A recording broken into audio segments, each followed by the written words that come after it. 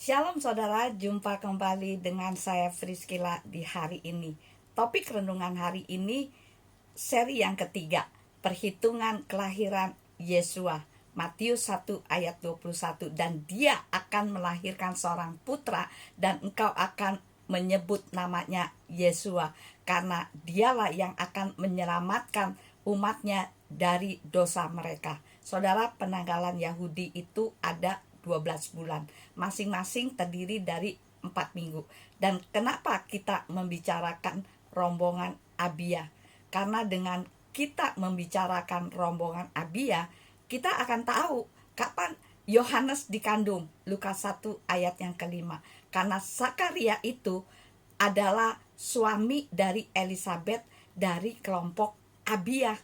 Di dalam Lukas 1 ayat 23 sampai 24. Jadi kita tahu bahwa Yohanes dikandung pada minggu ketiga di bulan Siwan, Mei, Juni.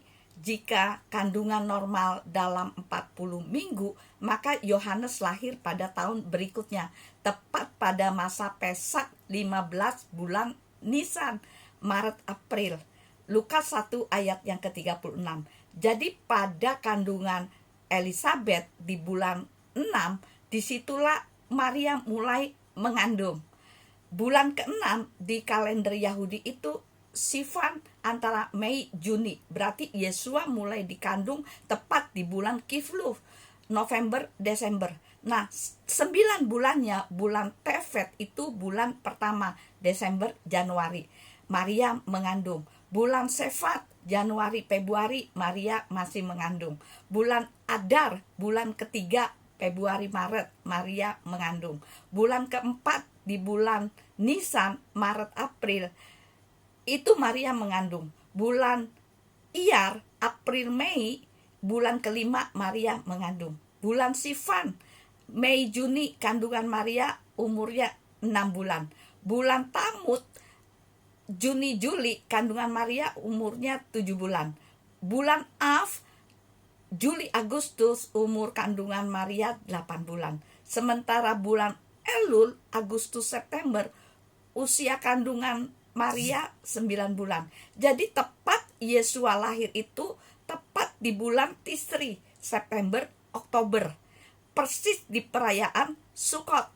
Nah, jika begini kan kita klop perhitungan kelahiran Tuhan Yesua. Jadi Yesua lahir bukan di bulan Desember. Kitab suci harus menjawab kitab suci. Kalau benar Yesua lahir di bulan Desember, maka perayaan 7 hari raya berantakan, saudara. Karena hari raya terakhirnya itu di bulan Tisri. Coba kita perhatikan di Lukas 2 ayat yang pertama.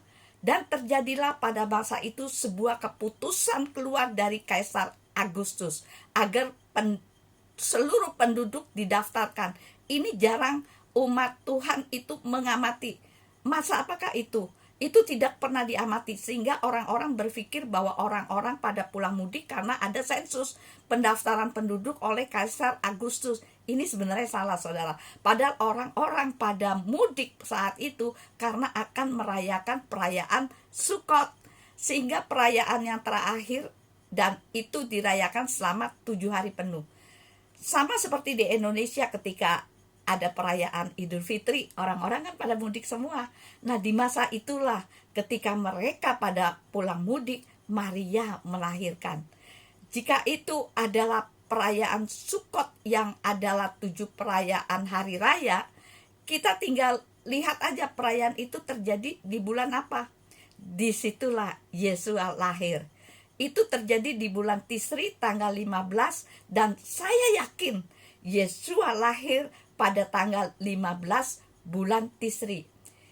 Yang jadi pertanyaannya, saudara, siapakah mereka dalam kitab suci kalau setiap perayaan Natal selalu orang ini muncul? Siapa, saudara? Yaitu Sinterklas. Ini di mana di dalam kitab suci? Kenapa perayaan yang katanya perayaan Yesua lahir kok yang muncul selalu malah orang asing? Kenapa hal ini lebih populer dari kisah Yesua itu sendiri? Aneh bukan, saudara? Jadi saya ingin saudara sebagai anak-anak Bapak Yahweh, saudara paham betul kapan Yesua dilahirkan. Jadi jelas Yesua lahirnya itu kapan, saudara? 15 bulan Tisri, tepat selalu. Dia tidak akan pernah keluar dari pola 7 hari raya. Karena 7 hari raya itu menceritakan tentang kisah Yesua selama hidup di muka bumi ini. Jadi Priscilla harap saudara pendengar setia paham dan mengerti, sehingga saudara tidak disesatkan oleh pengajaran-pengajaran yang tidak sesuai dengan kitab suci. Nah, tahun ini perayaan Sukkot itu tanggal 29 September. Nah, tahun 2024 perayaan Sukkot itu dirayakan 17 Oktober. Nah, sekian renungan hari ini. Biar kiranya menjadi berkat dimanapun saudara mendengarkan renungan hari ini. Dan apabila saudara terberkati dengan renungan hari ini, kirim-kirim pada yang lain, sehingga orang lain pun akan menerima berkat melalui renungan hari ini. Tuhan Yesus memberkati. Shalom.